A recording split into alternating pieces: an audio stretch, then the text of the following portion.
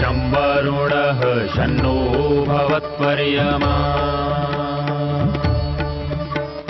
शन्न इन्द्रो बृहस्पतिः शन्नो विष्णुरुक्रमः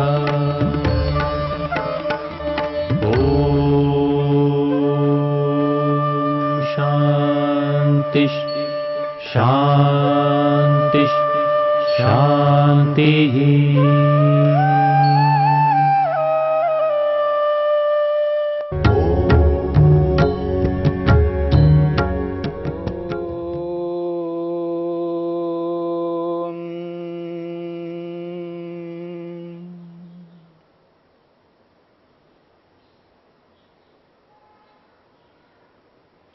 निद्रा वृत्ति को लेकर के विचार चल रहा है। मन की वृत्तियों में चौथी वृत्ति है निद्रा वृत्ति। निद्रा को वृत्ति माना है, निद्रा वृत्ति ज्ञानात्मक है। इसलिए जब व्यक्ति सो करके उठता है प्रातःकाल, तो कभी व्यक्ति कहता है सुखम अहम अस्वाप्सम। महर्षि वेदव्यास लिखते हैं, व्यक्ति कहता है सुखम अहम अस्वाप्सम, मैं सुखपूर्वक सोया। रात की जो नींद है मेरी बहुत अच्छी रही। वो कहता है सुखपूर्वक सोया। प्रसन्नम में मनः, वो कहता है मेरा मन प्रसन्न है,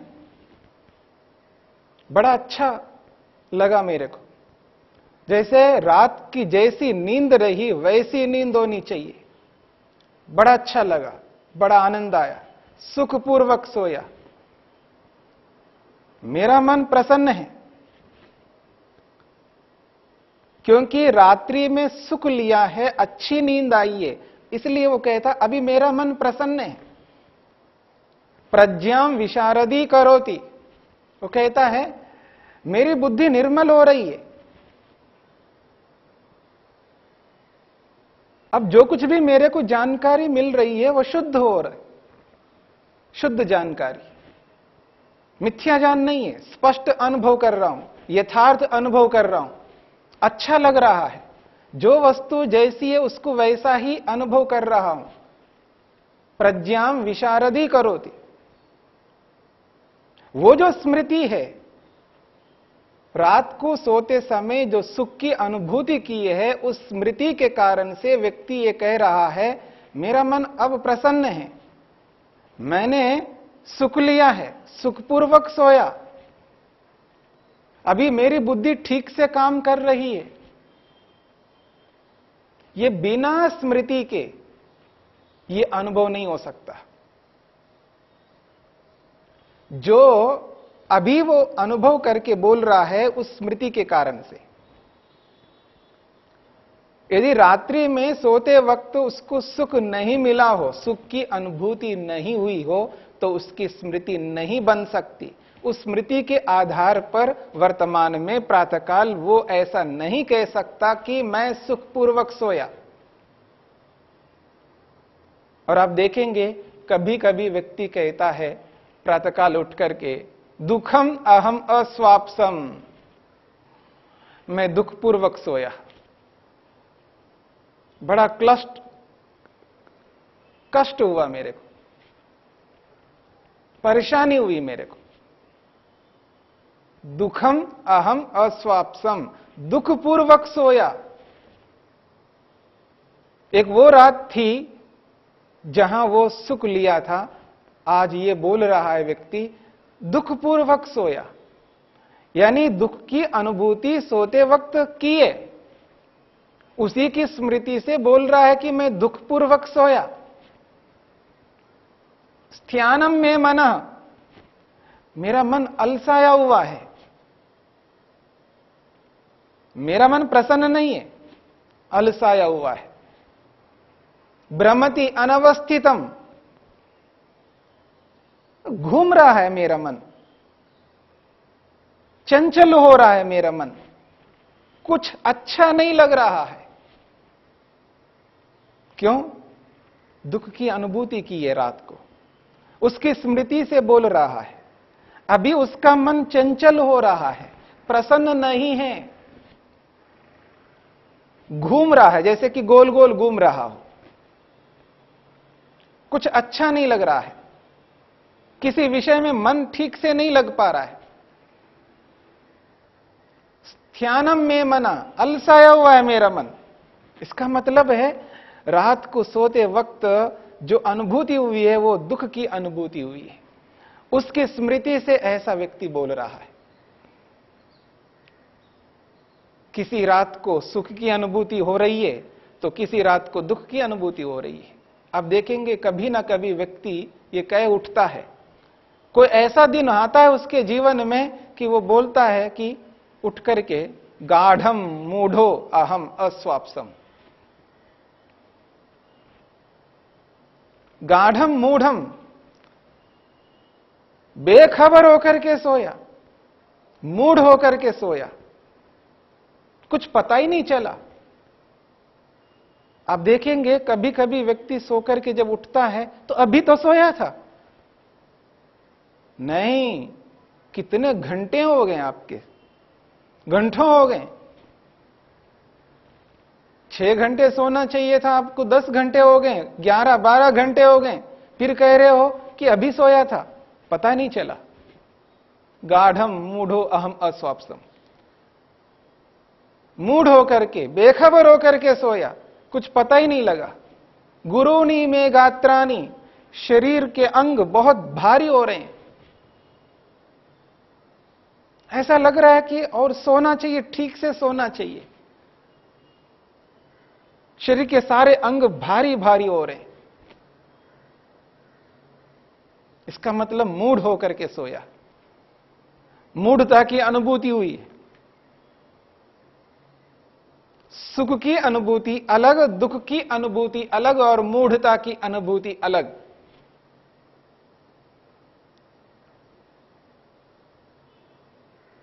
तमोगुण प्रधान, ऐसी नींद जिस नींद में केवल तमोगुण, तमोगुण की अधिकता, जिस कारण से मूढ़ होकर के सोया है।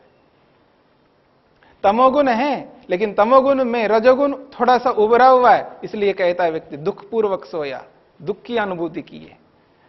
तमोगुण की स्थिति में सत्वगुण कुछ उभरा हुआ है तो सुखपूर्वक सोया। यानी नींद 3 प्रकार की है, सात्विक निद्रा, राजसिक निद्रा और तामसिक निद्रा। व्यक्ति तीनों प्रकारों से सोता है। यह उसके व्यवहार के ऊपर निर्भर करता है। दिन भर जब व्यक्ति व्यवहार करता है और समुचित रूप से कर्तव्य निष्ठा के माध्यम से व्यवहार करता है, कर्तव्य पूर्वक व्यवहार करता है, सबके साथ समुचित रूप से व्यवहार करता है, सत्य से युक्त व्यवहार करता है, न्याय से युक्त व्यवहार करता है, धोखा नहीं देता है, उसका पूरा का पूरा व्यवहार ठीक प्रकार से चल रहा है। जब रात आती है, नींद की स्थिति होती है तो उसको सोचना नहीं पड़ता है, उसके मन में कोई चिंताएं नहीं है, मन खिन्न नहीं है, मन प्रसन्न है। इसलिए व्यक्ति सोने के लिए संकल्प करता है, बस संकल्प करके लेट जाता है, नींद आती है और अच्छे ढंग से सो जाता है, कोई चिंता नहीं है, क्योंकि उसका दिन भर का व्यवहार उचित रूप से हुआ है। उसी व्यक्ति को नींद अच्छी आती है जो व्यक्ति व्यवहार काल में समुचित रूप से ठीक प्रकार से व्यवहारों को करता है। जिस जिस व्यक्ति के साथ जैसा जैसा व्यवहार करना चाहिए उसी प्रकार से व्यवहार करता है, अपने संबंधों को समुचित रूप से रखता है, लेन देन ठीक प्रकार से रखता है।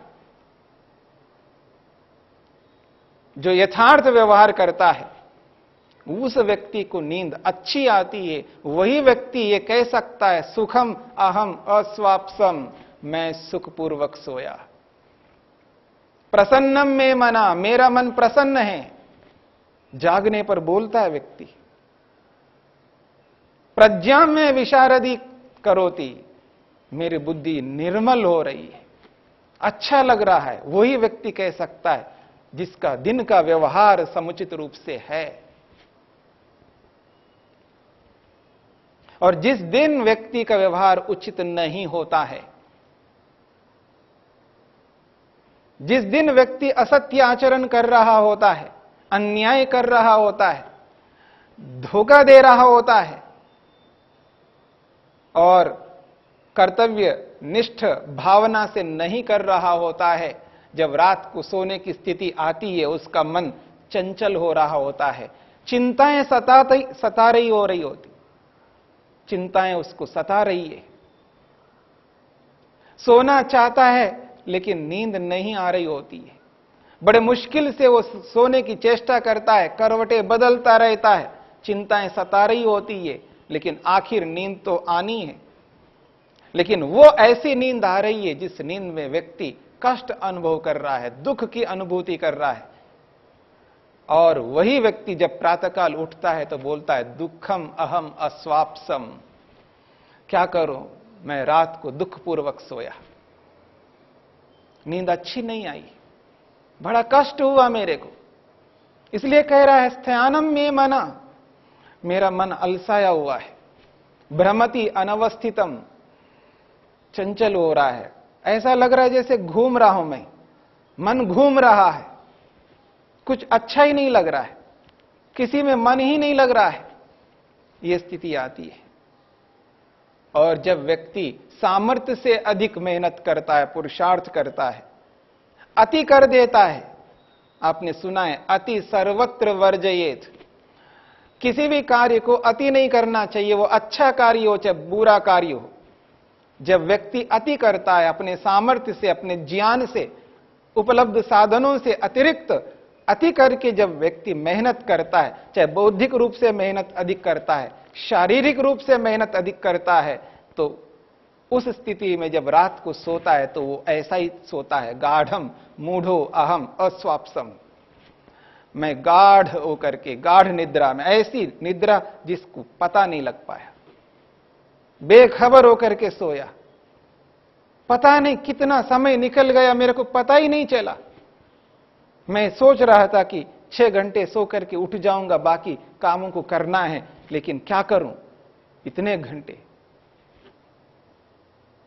12-13 घंटे सो गया, लेकिन फिर भी गुरुनी में गात्रानी, मेरे शरीर के अंग भारी हो रहे हैं। ये जो स्थिति है, यह स्थिति मूढ़ अवस्था की स्थिति है। जब सामर्थ्य से अधिक व्यक्ति, ज्ञान से अधिक, साधनों से अधिक मेहनत करने की चेष्टा करता है, लालसा से, अन्य कारणों से व्यक्ति अति कर देता है, उस स्थिति में व्यक्ति इसी प्रकार से सोता है, मूढ़ होकर के सोता है।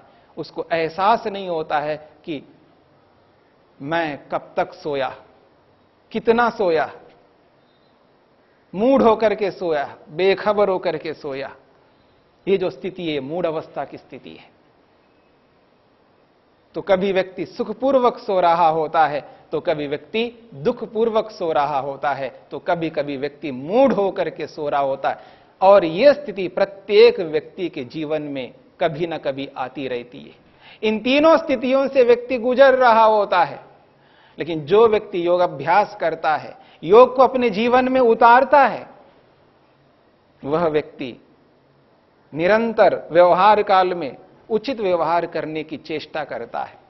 यम नियम के विरुद्ध व्यवहार करता नहीं है, यम और नियम को अपने जीवन में उतारता है। जो योग कहता है उसके अनुरूप अपने जीवन को चला रहा होता है। उस स्थिति में वो व्यक्ति जब सोता है रात को, तो वो सुखपूर्वक सोता है। योगाभ्यास करने वाले की जो नींद होती है वो सुखपूर्वक होती है। यह पहचान है व्यक्ति का कि प्रतिदिन व्यक्ति सुखपूर्वक सो रहा है, तो समझ लेना कि व्यक्ति योगाभ्यास कर रहा है, उसका व्यवहार उचित हो रहा है। क्योंकि पूरा व्यवहार योगमय होना चाहिए। केवल प्रातःकाल सायंकाल बैठ करके ध्यान हम करें, बस यही योग है, ऐसा कभी नहीं समझना है। योग केवल प्रातःकाल सायंकाल के लिए नहीं है, योग प्रातःकाल उठने से लेकर के रात्रि में सोने तक जो कुछ भी हम व्यवहार करते हैं वो योगमय व्यवहार होना चाहिए। प्रत्येक व्यवहार में योग अंतर्निहित होना चाहिए। चाहे यम नियम का पालन के समय में, चाहे बैठने के समय में, चाहे प्राणायाम के समय में, चाहे अपनी इंद्रियों को अपने वश में करने के समय में, मन को किसी स्थान में शरीर में एकाग्र करने की स्थिति हो, ध्यान के काल में हो, प्रत्येक व्यवहार में योग विद्यमान रहना चाहिए। तब दिन भर का जब व्यवहार योग में करता है व्यक्ति, तो रात आती है, रात्रि में जब सोने लगता है तो वो प्रसन्नता रहती, कोई चिंता सताती नहीं है व्यक्ति को। निश्चिंत होकर, चिंता रहित होकर, टेंशन से, डिप्रेशन से रहित होकर के व्यक्ति जब सोता है तो सुकून से सोता है, उसकी नींद बहुत अच्छी होती है। वही व्यक्ति प्रतिदिन कह सकता है सुखम अहम अस्वाप्सम, मैं सुखपूर्वक सोया। ये जो स्थिति है सुखपूर्वक सोने की, ये बिना योग को अपनाए नहीं हो सकती। प्रतिदिन व्यक्ति को सुखपूर्वक सोना है और उसकी जो दिनचर्या है, उसके जो क्रियाकलाप है वो योग के अनुरूप होना चाहिए। उसका जो भोजन है वो भोजन भी योग के अनुरूप होना चाहिए। क्योंकि जब व्यक्ति भोजन को योग के अनुरूप नहीं करता है तो उसका भोजन तामसिक हो सकता है, राजसिक हो सकता है। राजसिक भोजन को करता हुआ, तामसिक भोजन को करता हुआ व्यक्ति, वो नींद उसकी इतनी अच्छी नहीं आ सकती है जैसी नींद सात्विक भोजन में आती है। तो याद रखना, जब शाम को यानी रात का जो भोजन हम करते हैं, रात्रि के भोजन को इस तरह करना चाहिए जिसमें ये ध्यान रखना होता है भोजन सात्विक हो, उचित भोजन हो, भारी भोजन ना हो, गरिष्ठ भोजन ना हो। एक विडंबना है, जिस समय व्यक्ति को सात्विक हल्का भोजन करना चाहिए उस समय व्यक्ति भारी भोजन, गरिष्ठ भोजन करने लग रहा है। जो आजकल डिनर के नाम से जो भोजन किया जाता है वो अच्छी नींद के अनुकूल नहीं होता है। वो भोजन सात्विक नींद के अनुकूल नहीं होता है वो भोजन। इसलिए हमें यह ध्यान रखना होता है। हां, अगर आपको गरिष्ठ भोजन करना है तो दिन में, दोपहर के भोजन में आप गरिष्ठ भोजन कर सकते हो। आपको कभी राजसिक भोजन भी करना है तो आप दिन में, लंच में, मध्याह्न भोजन में आप भले कर सकते हो, लेकिन रात्रि का भोजन हमेशा सात्विक भोजन होना चाहिए, हल्का भोजन होना चाहिए। क्योंकि रात्रि में हमको सोना है, शरीर की गतिविधियां नहीं होती है, पाचन की प्रक्रिया कमजोर हो जाती है। दिन में गतिविधि हम ज्यादा करते हैं, शरीर को बिठा के नहीं रखते हैं, शरीर को चलायमान रखते हैं। इसलिए दिन का भोजन गरिष्ठ होने पर चल सकता है, लेकिन रात्रि का भोजन गरिष्ठ नहीं होना चाहिए।